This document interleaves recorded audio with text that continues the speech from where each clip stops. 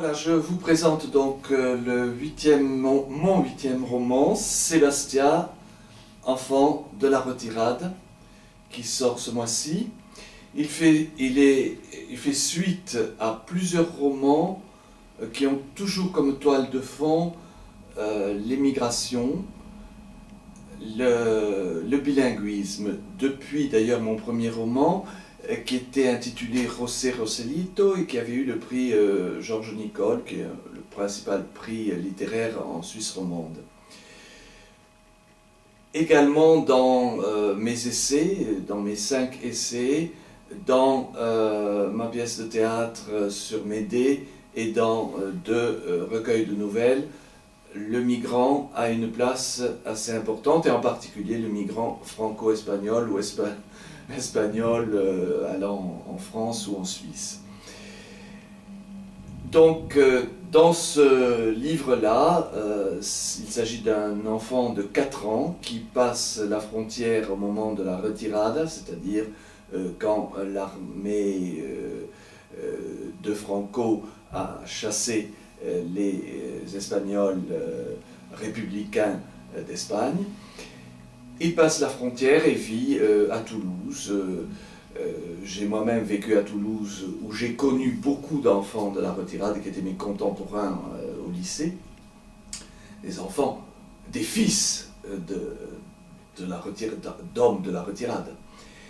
Et puis, après, il devient instituteur dans les Pyrénées catalanes, à la frontière donc. Et suite à un drame familial, il revient en Espagne. Il revient, ou plutôt il vient, parce qu'il va en Espagne, parce qu'il avait 4 ans quand il avait passé la frontière. Et là, il fait des études de médecine pour travailler avec des enfants dans un contexte où il est extrêmement attentif à l'autre.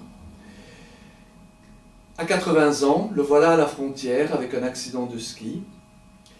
Et il est hospitalisé dans un hôpital qui existe réellement, qui a ouvert en 2014, qui est un hôpital transfrontalier qui se situe à Pucerda, dans la Cerdagne, et qui accueille aussi bien les malades ou les accidentés français ou espagnols, et tout le personnel parle les 3 langues, et la sécurité sociale et les assurances fonctionnent également pour les 2 nationalités.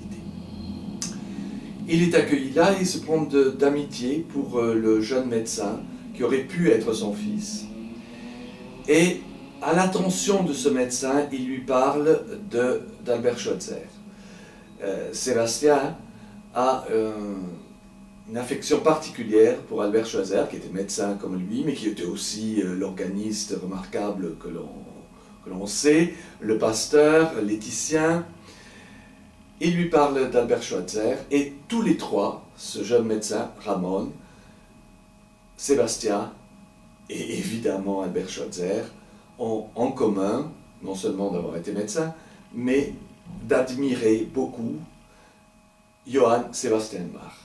Et c'est ainsi que Johann Sebastian Bach va être un petit peu le moment musical à travers toutes ces pages. Voilà, ben écoutez, bonne lecture si vous aimez ce contexte de la migration et d'éléments historiques sur la retirade.